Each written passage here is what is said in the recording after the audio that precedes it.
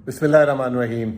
आज काफ़ी social media में तहलका मचा हुआ है कि डॉलर 300 रुपये का हो गया है। मुझे समझ नहीं आ रही कि इसका इतना डंका पीटने की मतलब क्या ज़रूरत है, क्योंकि 300 का डॉलर तो इसहाक डार के ज़माने में ही हो चुका हुआ था। ओपन मार्केट में 305 307 का बिक रहा था। अब वो अलग बात है कि ओपन मार्केट में वो 320 हो गया है। IMF का प्रोग्राम होने के बाद एक उम्मीद की किरण आई थी और डॉलर जो है लग रहा था कि 270 की सतह पे आ जाएगा, और वो एक झटके में लाने की कोशिश भी की गई थी। और आपको याद होगा कि अल्हम्दुलिल्लाह मुबारकबाद जो है शरीफ ख़ानदान आपस में दे रहा था, और उनके जो ख़ास तौर पर पार्लियामेंटेरियंस हैं, और उन्होंने जो है शहबाज शरीफ को ऐसा हीरो बना दिया था। 180 से हालांकि डॉलर अगर 270 भी था तो मतलब उस पर अगर कोई हीरो किसी को बनाए तो फिर उसकी अक्ल को ही दाद दी जा सकती है। बहरहाल कहने का मतलब ये है कि आज 320 325 का डॉलर है ओपन मार्केट में।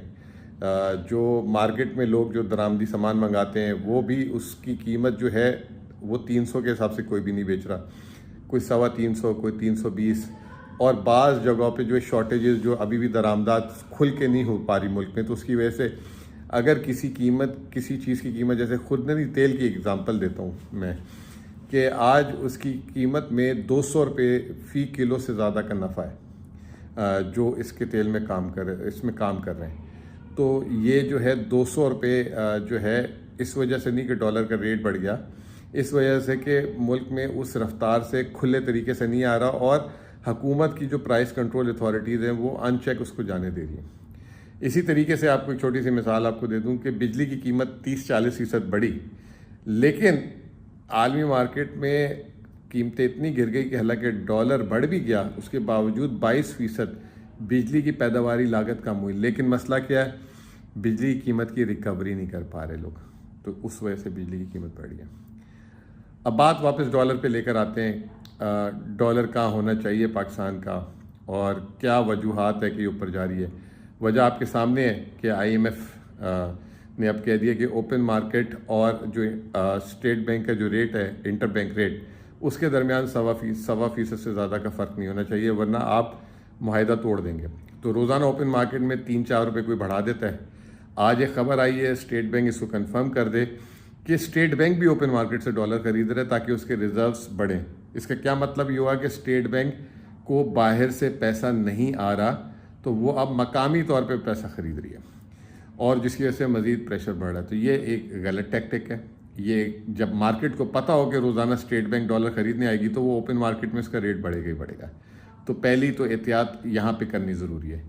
दूसरा, जैसे पिछले साल हमने रेमिटेंसेस और एक्सपोर्ट्स में 8.5 अरब डॉलर का नुकसान किया, उसको असल हालत में ही बहाल करते हैं 2022 की हालत में, तो 8.5 अरब डॉलर इतने पैसे हैं कि वारे न्यारे हो जाएंगे।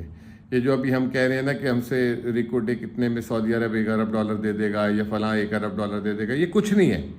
हमारे पास खुद ही इतने वसाइल हैं। पाकिस्तान के अंदर डॉलर है इस वक्त। मैं समझता हूँ कि जो 2020 में अगर फ़ी आदमी या कुछ लोग जो हैं जिसे करेंसी इन सर्कुलेशन कहते हैं, अगर सर्कुलेशन में डॉलर उस वक्त अगर 2 अरब डॉलर था तो आज 6 अरब डॉलर है। पाकिस्तान के अंदर भी बहुत डॉलर इस वक्त फ्लोट कर रहा है, क्योंकि हर आदमी ने अपने डॉलर की होल्डिंग कर ली है, तो उसको भी बेहतर करने की ज़रूरत है। आखिर में मुझसे किसी ने सवाल पूछा कि भाई इतना अच्छा शरह सूद हो रहा है, 22% मिल रहा है, और डॉलर का रेट भी इतना अच्छा है, बाहर से रेमिटेंस उल्टा जो है बढ़ने की घट गई, 2 अरब डॉलर हो गई, तो वो क्यों ऐसा हो रहा है, लोग इसका फ़ायदा क्यों नहीं उठा रहे।